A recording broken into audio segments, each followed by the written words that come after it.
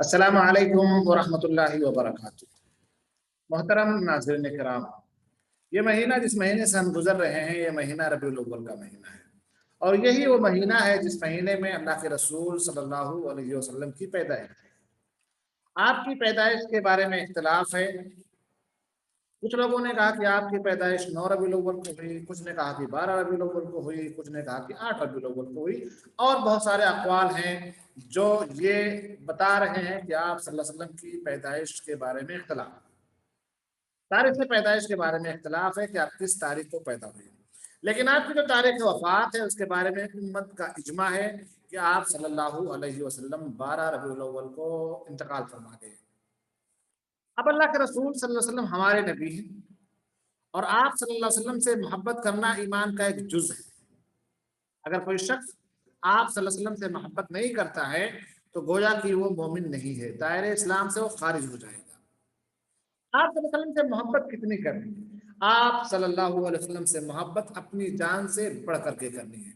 آج کے اس ویڈیو میں ہم آپ کو یہ بتائیں گے کہ وہ کون سا کام ہے جس کو ہم کریں تو اللہ کے رسول صلی اللہ علیہ وسلم کی محبت میں اضافہ ہو سکتا ہے۔ سب سے پہلی چیز یہ ہے کہ انسان کے اندر، جس بھی انسان کے اندر، جس بھی مسلمان کے دل میں آپ صلی اللہ علیہ وسلم کی محبت کا اندازہ لگانا ہے کہ اس کا ایمان کتنا مضبوط ہے، تو اس کے ایمان کی مضبوطی کی علامت آپ صلی اللہ علیہ وسلم سے محبت ہے کہ وہ اللہ کے رسول صلی اللہ علیہ وسلم سے کتنی محبت کرتا ہے۔ جتنی وہ اللہ کے رسول صلی اللہ علیہ وسلم سے محبت کرے گا اتنا ہی اس کا ایمان مضبوط ہوگا۔ آپ دیکھیں کہ اللہ کے رسول صلی اللہ علیہ وسلم نے حدیثوں کے اندر کئی جگہ بتا دیا ہے کہ آپ یہ کام کریں گے تو گویا کہ آپ مجھ سے محبت کر رہے ہیں۔ اور آپ صلی اللہ علیہ وسلم سے ایمان کی محبت کی علامت یہ ہے، سب سے بڑی محبت کی علامت یہ ہے کہ آپ صلی اللہ علیہ وسلم نے جو کام کرنے کے لیے کیا اسے کر گزرنا ہے، اور جس کام سے آپ صلی اللہ علیہ وسلم نے منع کیا اس سے رک جانا، اور دین کے اندر بدعتوں کی ایجاد نہیں کرنی ہے۔ اگر حقیقت میں آپ سچے پکے محب رسول ہیں تو آپ کو اللہ کے رسول صلی اللہ علیہ وسلم کی زندگی فالو کرنی ہے، چاہے آپ تجارت کر رہے ہوں، چاہے آپ شادی بیاہ کر رہے ہوں، چاہے آپ عبادت کر رہے ہوں، چاہے آپ لوگوں سے معاملات کر رہے ہوں، ہر جگہ اللہ کے رسول صلی اللہ علیہ وسلم کی ذات ہمارے سامنے ہونی چاہیے، تب کہیں جا کر کے ہم مومن کامل ہو سکتے ہیں۔ اس لیے کہ اللہ تبارک و تعالیٰ نے ارشاد فرمایا لَقَدْ كَانَ لَكُمْ فِي رَسُولِ اللَّهِ أُسْوَةٌ حَسَنَةٌ، تمہارے لیے بہترین آئیڈیل اور نمونہ اللہ کے رسول صلی اللہ علیہ وسلم ہیں، صرف عبادات میں نہیں بلکہ پوری زندگی میں۔ اور ایک مومن کی زندگی قرآن اور حدیث کے مطابق ہی گزرنی چاہیے۔ اگر کوئی شخص اپنی زندگی قرآن و حدیث کے مطابق نہیں گزار رہا ہے، یا اگر کوئی شخص اپنی کچھ زندگی قرآن و حدیث کے مطابق گزار رہا ہے، کچھ زندگی اپنے آزادانہ خیال کے مطابق گزار رہا ہے، تو مومن اور کامل نہیں ہو سکتا ہے، مومن کامل نہیں ہو سکتا ہے۔ میرے بھائی اور دوستو، آئیے دیکھتے ہیں کہ اللہ کے رسول صلی اللہ علیہ وسلم سے ہمیں محبت کتنی کرنی ہے، معیار کیا ہونا چاہیے۔ صحیح بخاری اور صحیح مسلم کے اندر حدیث موجود ہے۔ حدیث کے راوی انس بن مالک رضی اللہ تعالیٰ عنہ وہ کہتے ہیں کہ اللہ کے رسول صلی اللہ علیہ وسلم نے ارشاد فرمایا لا یؤمن احدکم حتی اکون احب الیہ من والدہ وولدہ والناس اجمعین، کہ تم میں سے کوئی شخص مومن ہو ہی نہیں سکتا ہے جب تک کہ میں اس کے نزدیک اس کے والد سے، اس کے بچوں سے، یہاں تک کہ تمام دنیا کے لوگوں سے زیادہ عزیز نہ ہو جاؤ۔ تو اگر آپ اللہ کے رسول سے محبت کرنا چاہتے ہیں تو آپ کی جان، آپ کے بچے، آپ کی بیوی، آپ کے ماں باپ، دنیا کے سارے لوگ ایک طرف، اور اللہ کے رسول صلی اللہ علیہ وسلم کی محبت ایک طرف۔ جی ہاں، کچھ باتیں میں آپ کو اس ویڈیو کے اندر بتاؤں گا جن کے اوپر عمل کر کے آپ انشاءاللہ اللہ کے رسول صلی اللہ علیہ وسلم سے محبت میں اضافہ کر سکتے ہیں۔ سب سے پہلے ہمیں اس بات کو جاننا ہوگا کہ آپ صلی اللہ علیہ وسلم کو اللہ تبارک و تعالیٰ نے پوری دنیا کے لیے نبی بنا کر کے بھیجا ہے۔ پہلے انبیاء جو آتے تھے کسی خاص قوم کے لیے آتے تھے، کسی خاص زبان والوں کے لیے آتے تھے، لیکن جب اللہ تبارک و تعالیٰ نے پوری انسانیت کے لیے ایک نبی کو بھیجنا چاہا، ایک رسول کو بھیجنا چاہا، تو پوری دنیا سے آپ صلی اللہ علیہ وسلم کا اختیار کیا۔ پوری دنیا کے لوگوں سے آپ صلی اللہ علیہ وسلم کو چنا، تو اللہ تبارک و تعالیٰ نے گویا کہ دنیا کے تمام لوگوں سے زیادہ، اللہ تبارک و تعالیٰ کے نزدیک دنیا کے تمام لوگوں سے زیادہ محبوب اور برگزیدہ بندے کون ہیں؟ اللہ کے رسول صلی اللہ علیہ وسلم ہیں۔ اگر اللہ تبارک و تعالیٰ آپ سے راضی نہ ہوتا تو اس عظیم منصب کے لیے آپ کا اختیار نہ کرتا۔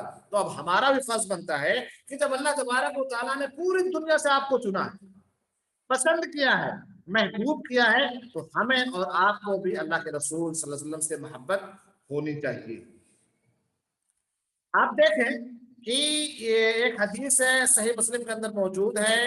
اس حدیث کے راوی جندب رضی اللہ تعالیٰ عنہ کہتے ہیں کہ میں نے نبی کریم صلی اللہ علیہ وسلم کو وفات سے 5 دن پہلے فرماتے ہوئے سنا کہ میں اللہ تعالیٰ کے سامنے برات کا اظہار کرتا ہوں۔ کس چیز کی برات کا اظہار؟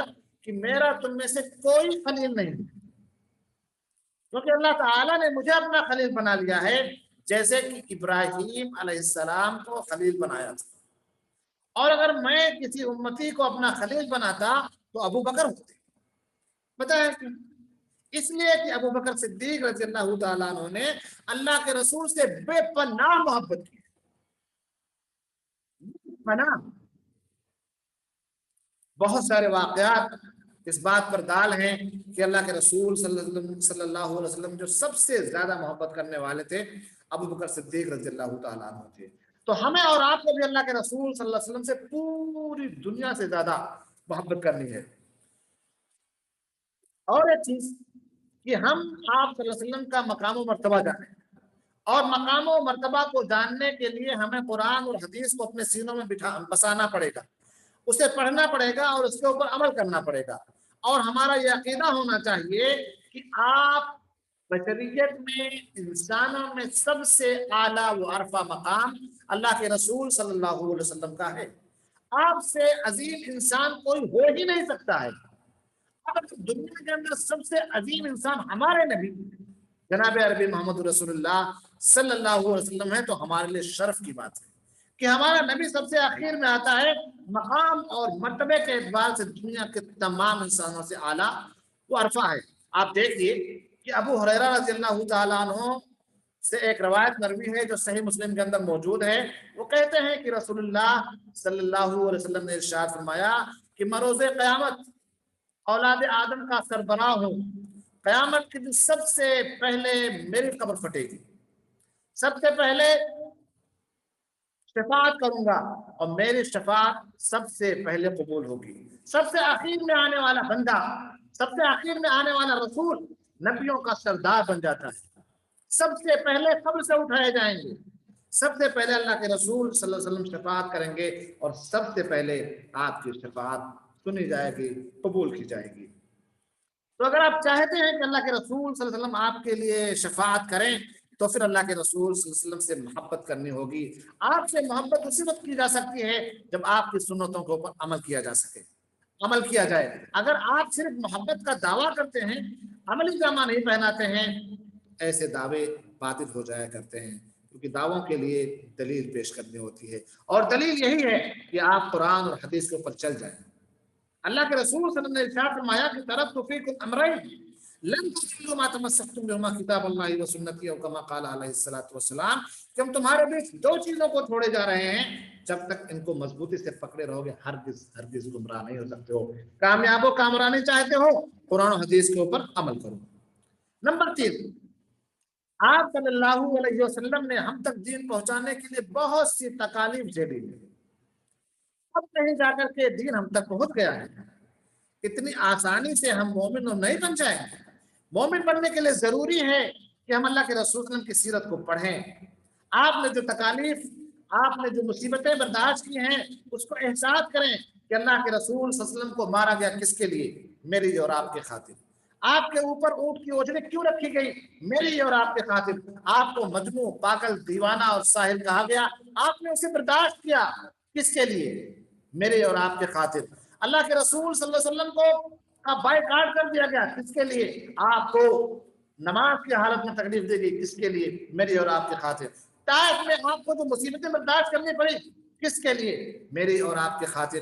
تو میرے بھائیوں اور دوستوں، اگر اتنا زیادہ اتنی تکلیفیں اللہ کے رسول صلی اللہ علیہ وسلم نے برداشت کی ہیں تو پھر یہ فرض ہے ہمارے اوپر، یہ واجب ہے ہمارے اوپر کہ اللہ کے رسول صلی اللہ علیہ وسلم سے محبت کریں۔ اور پھر میں ایک بار کہوں گا، محبت دعوے نہیں، محبت دعوے نہیں، محبت کرنی ہے تو آپ اللہ کے رسول صلی اللہ علیہ وسلم سے، آپ صلی اللہ علیہ وسلم کے بتائے ہوئے طریقے کے مطابق اپنی زندگی گزاریں، تب کہیں آپ محبت کر سکتے ہیں، ورنہ یوں تو بہت گھوما کرتے ہیں دعویٰ کرنے والے، آپ دیکھیں۔ اور چوتھی چیز یہ ہے کہ اللہ کے رسول صلی اللہ علیہ وسلم سے محبت میں صرف اللہ کے رسول صلی اللہ علیہ وسلم سے محبت نہیں ہے، بلکہ اللہ کے رسول صلی اللہ علیہ وسلم سے محبت ہم اس وقت کر سکتے ہیں جب صحابہ کرام کے نقش قدم پر چلے، کیونکہ وہ دور جو تھا، دور کے وہ قرون مفضلہ ہے۔ اللہ کے رسول صلی اللہ علیہ وسلم نے ارشاد فرمایا ہے، خیر القرون قرنی ثم الذین یلونہم ثم الذین یلونہم ثم الذین یلونہم۔ ہمیں اور ایک جگہ ارشاد فرمایا، علیکم بسنتی وسنت الخلفاء الراشدین المہدیین عضوا علیہا بالنواجذ، مضبوطی سے پکڑ لو اللہ کے رسول کی سنت کو اور صحابہ کرام رضوان اللہ علیہم اجمعین، وہ صحابہ جنہوں نے اللہ کے رسول صلی اللہ علیہ وسلم سے اپنی جان، مال اور اولاد سے بڑھ کر کے محبت کی ہے، اپنی جان سے بھی زیادہ محبت کرتے ہیں۔ آپ دیکھیں کہ ایک بار جو ہے صحابہ کرام کے ان کی جو مثالیں ہیں محبت کی، میں آپ کے سامنے چند پیش کر دینا مناسب سمجھتا ہوں کہ صحیح مسلم کے اندر یہ روایت موجود ہے، حضرت انس رضی اللہ تعالیٰ عنہ کے راوی وہ کہتے ہیں کہ میں نے رسول اللہ صلی اللہ علیہ وسلم کو دیکھا کہ آپ حجام سے اپنی حجامت بنوا رہے تھے اور صحابہ کرام آپ کے ارد گرد جمع تھے، صحابہ کرام آپ کے ارد گرد جمع تھے، ان کی تمنائیں تھی، ان کی خواہشیں تھی کہ کوئی بھی بال گرے تو ان کے ہاتھوں میں گرے۔ سبحان اللہ، یہ ہے محبت، یہ ہے نبی سے محبت۔ اور آج ہمارے نبی کے شان میں گستاخی کی جاتی ہے اور ہم سوئے ہوئے ہیں۔ ہمیں اگر ڈیفنس کرنا ہے تو ظاہر سی بات ہے ہم مقاطعہ کریں، بائیکاٹ کریں وہاں کے پروڈکٹ کا، لیکن اس سے پہلے اپنے خواہشات نفس کو مارنی ہوگی، بدعتوں سے دور ہونا پڑے گا، سنتوں کو اپنے سینوں میں بسانا ہوگا، شرک و بدعات سے توبہ کرنا پڑے گا، اور یہ بتلانا ہوگا اللہ کے رسول صلی اللہ علیہ وسلم کی تعلیمات کو عام کرنا ہوگا، آپ صلی اللہ علیہ وسلم کی تعلیمات کو عام کرنا ہوگا، تب کہیں جا کر کے ہم سچے پکے محب رسول مانے جا سکتے ہیں۔ اسی طرح سے آپ دیکھیں کہ انس رضی اللہ تعالیٰ عنہ سے مروی ہے کہ جب احد کے دن ابتدائی طور پر لوگ شکست کھا کر کے نبی کریم صلی اللہ علیہ وسلم سے دور ہو گئے، تو اس وقت ابو طلحہ رضی اللہ تعالیٰ عنہ نبی کریم صلی اللہ علیہ وسلم کے سامنے تھے اور اپنے چمڑے کی ڈھال سے آپ کا دفاع کر رہے تھے تاکہ آپ کے اوپر کوئی تکلیف نہ آئے، تیر برسائے جا رہے ہیں، لیکن ابو طلحہ رضی اللہ تعالیٰ عنہ سامنے سے ہٹنے کے لیے گوارا نہیں کر رہے ہیں۔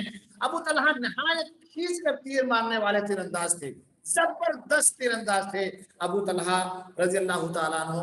اس دن انہوں نے 2 یا 3 کمانیں توڑی۔ سبحان اللہ، اگر کوئی شخص اپنے ترکش میں تیروں کے ساتھ وہاں سے گزرتا تو آپ صلی اللہ علیہ وسلم سے فرماتے اپنے تیر ابو طلحہ کے سامنے پھیلا دو۔ اسی دوران نبی کریم صلی اللہ علیہ وسلم دشمن کی طرف دیکھنے لگے تو ابو طلحہ کہنے لگے، اللہ کے نبی میرے ماں باپ آپ پر قربان ہو جائیں، آپ دشمن کی جانب مت جھاگیں، کہ دشمن کا کوئی تیر آپ کو نہ لگ جائے، میرا سینہ آپ کے لیے حاضر ہے۔ یہ حدیث صحیح بخاری کے اندر موجود ہے، صحیح مسلم کے اندر موجود ہے۔